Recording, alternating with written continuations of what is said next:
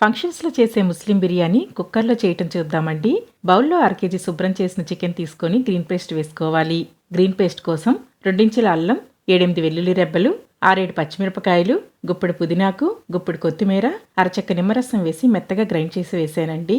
అలాగే 1 tea spoon కారం, 1 tea spoon జీలకర్ర పొడి, 1/2 టీ స్పూన్ పసుపు, రుచికి సరిపడా ఉప్పు, 1/2 teaspoon garam masala, biryani spices, 150 గ్రాముల పెరుగు వేసి కలపాలి. కొంచెం ఫుడ్ కలర్ వేసి కలిపి గంటసేపు పక్కనుంచాలి.